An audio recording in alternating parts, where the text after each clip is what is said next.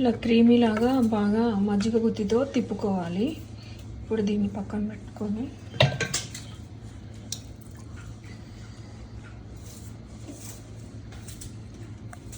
కరెక్ట్గా ఇదే కొలతతో ఇదే గిన్నె గోధుమ పిండి దీంట్లో కలుపుకోవాలి. 2 ఆనియన్స్ తీసుకొని చిన్న చిన్న ముక్కలుగా చేసి కట్ చేసుకోవాలి. 2 ఆనియన్స్ ఇట్లా ముక్కలుగా కట్ చేసి దీనిలోకి వేసుకోవాలి.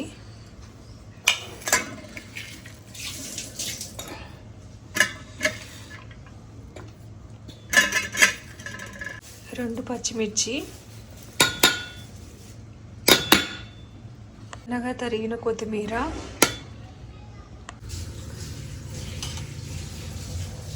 ఒక స్పూన్ కారము, మన పిండికి తగినంత మీరు తినేంత వేసుకోవాలండి.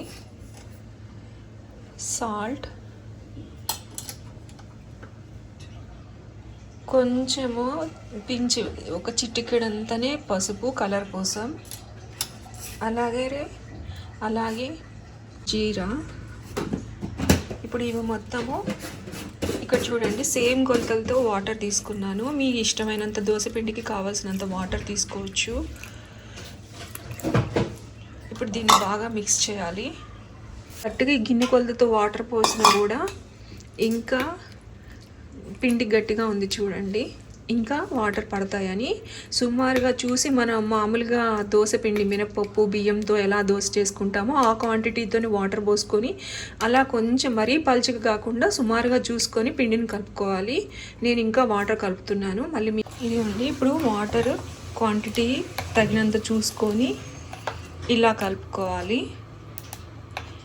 ఇప్పుడు పెనం పెట్టుకొని స్టవ్ మీద వేడి కాగానే దోశ వేసుకోవడమేను.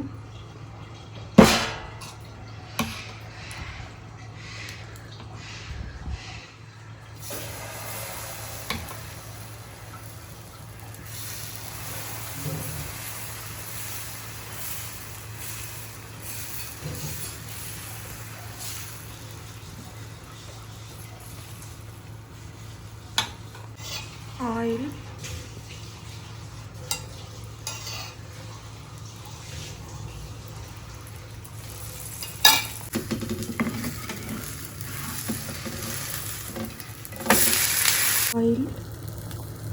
సిమ్లో పెడితేనే చాలా బాగా క్రిస్పీగా వస్తుంది. సిమ్లో పెట్టుకోండి.